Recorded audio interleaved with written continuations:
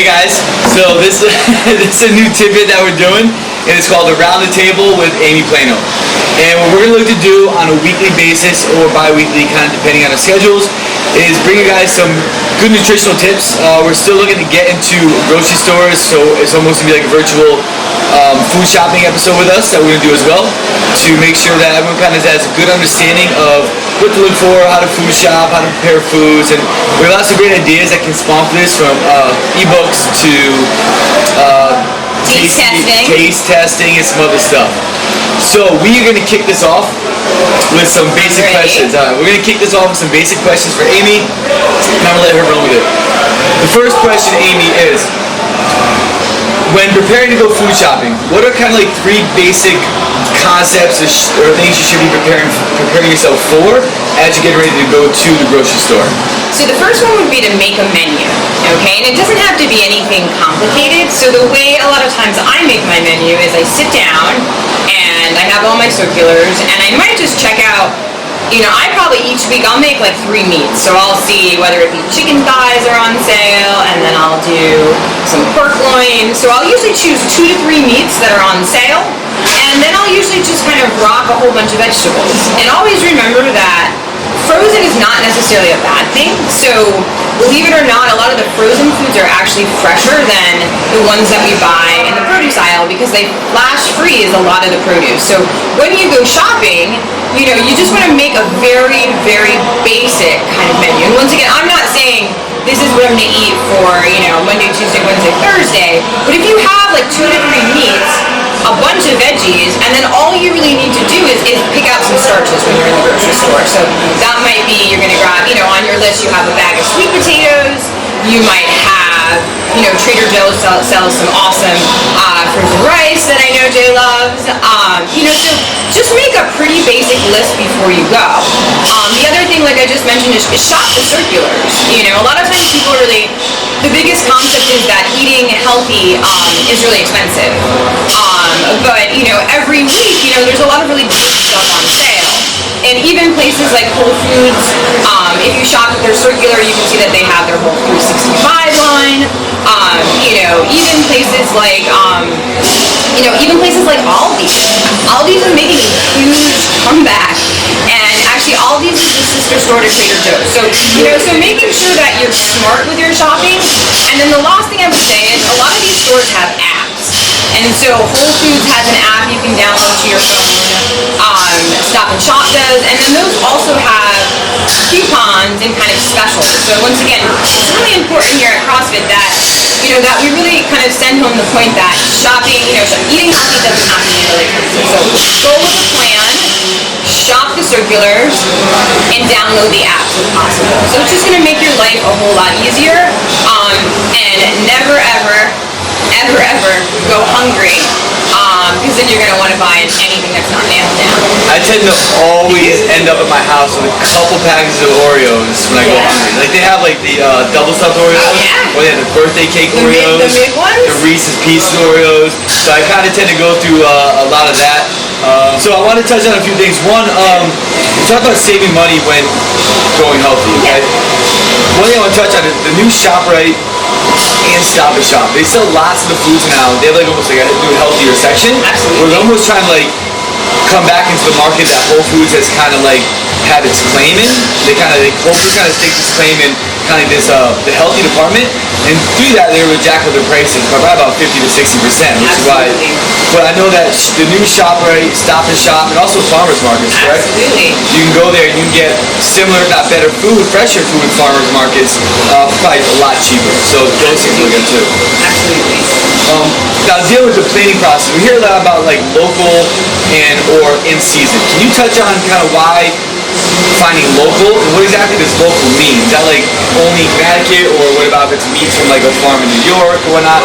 What does local mean? Also in season. How do you know stuff's in season?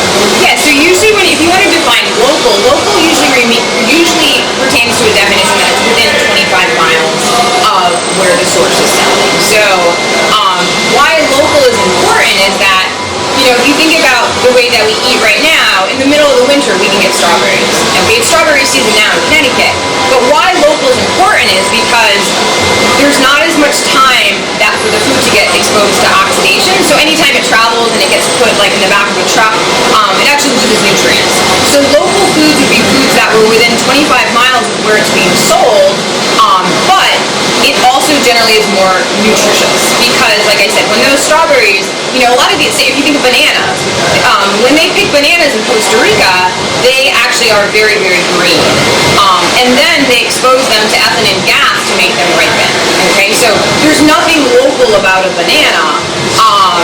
And once again, we have to kind of treat it with some different kind of chemicals to make it ripen. So when we shop local, number one, we're supporting our community, which is super, super important.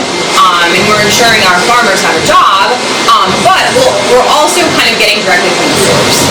Okay. What's very important to note about local is that not all local foods are organic. Okay. Now, I'm not an organic kind of manifesto girl, but a lot of times people confuse that. So you can have commercially produced products that are local, they just may not be organic. So local means within that 25 miles, and that it hasn't, it's generally more nutritious. How do we know what's in season? Well, that's the trickier part. It's just, that's a really good question. Right now we can kind of tell you what's in season is that strawberries are coming into season, peaches are coming into season, nectarines. In July we get blueberries, obviously watermelons. In the colder months we generally get more of the root vegetables, so things like sweet potatoes, kale, lettuces. But the easiest way to actually decide what's actually in season is to actually go to your farmer's market. They're always going to have, they're never going to have bananas from Costa Rica or pineapples from Hawaii. So that's a good way to determine. And then, like I said, when they are local, there's just so many good benefits to them. Awesome. Next question. Summertime, lots of barbecues, weddings, parties, kind of hanging out at the beach. What are some things to think about? I think if you're preparing your foods for during the week, because you have like a wedding or a barbecue or party coming up, what are some things you should really kind of hone in on the week? And also, try to make this a twofold question without kind of overdoing it. When you're at the weddings or barbecues, how are ways you can still kind of enjoy it and have fun without being a person like sitting in the corner pulling out like your 3 ounces of nuts and 2 ounces of like turkey meat while everyone else is hanging out with potato salad and cheeseburgers? Absolutely. Yeah, and one of the biggest concepts, I think what happens with a lot of people is they tend to miss the forest from the trees. And kind of what, or the, and so when they look at kind of these concepts, they forget that there's 21 meals. You know what I mean? If you're eating like a normal human being and you're eating 3 meals a week, 3 meals a day, there's 21 meals in a week. Cutting away. Exactly. Yeah. Cutting down, summertime. But, so if you think about it, say you missed 2 of those meals. Yeah. Say one of those was the wedding, and then, so you're going to a wedding this Saturday and Father's Day is on Sunday. Worst case scenario, I think it's still like 90%, I think you did the number. So, number one, you always want to think about the big concept. So, I think where people struggle the most, and the people that are most successful with their diets, if I could say any one word, and it kind of ties into this whole concept, is consistency. Obviously, consistency with your training, but consistency with your diet is always going to be the important thing, because that doesn't mean, so if you have 1 or 2 reward meals a week, that's not going to derail your progress. It's really when the exception becomes the rule. So as you're prepping, one of the things I also would say is that you just want to be mindful of your carbohydrates. And so, your carbohydrates, obviously, you want to kind of prioritize around your workouts, but if you know that you are going to have a big carb day on a wedding, I would say back off on your carbs post-training. I mean, after you have your carbs post-training, then really try to kind of go protein, vegetable. Because, carbohydrates are energy dependent, and you're not going to really require those, if you're rocking out. So, be mindful of your carbohydrates. And then, in terms of what to eat, it's really, really important when you think about these special events that you make them special events. And so there's nothing worse, like Jay said, I remember going to a wedding and this girl like whipped out like a vegan meal, and I was just like kind of appalled, because you really have to enjoy your food. And so when it comes to these special events, it's really important that you eat the foods that you really love and that are really worth it. Okay, so so if you really love, ribs and you're gonna have them on Father's Day, it's really important that you have those. But everything else. You know what I mean? So it's important that you don't miss out on the things that are important, maybe that are even part of your family tradition, but that would mean you offset the rest of your day, you know? So it's important because, you know, when you go to these barbecues, there's always good choices if you want to make them. It's just a matter of whether or not, there's always some type of grilled protein source. They always have some kind of salad. Maybe it's not awesome, but you can make choices. It's just a matter of if you want to. So it's important in those scenarios that you prioritize. Yeah, I think it's like proper integration. You know, it's like if you're completely strict, and then all of a sudden, like, you don't want to be where you have this negative connotation of food. You know, you want to be able to enjoy your life, enjoy what you're taking in, but you also want to make sure you have proper balance and integration. So it's like if you want to go to a barbecue or wedding and have a cheeseburger, then all of a sudden it's like, okay, you can have the cheeseburger, but you still have no balance where one, you don't mentally beat yourself up over it, you know, and I think that's key is that when you do kind of, let's say, go off what your eating plan is, you don't beat yourself up over mentally. You just kind of like, you get back on track the next day. You don't need to starve yourself the next day. You don't need to wake up and feel like you have to do a triathlon just to kind of burn off the calories. It's just, all right, you enjoyed it, that's part of life, and you get back on track.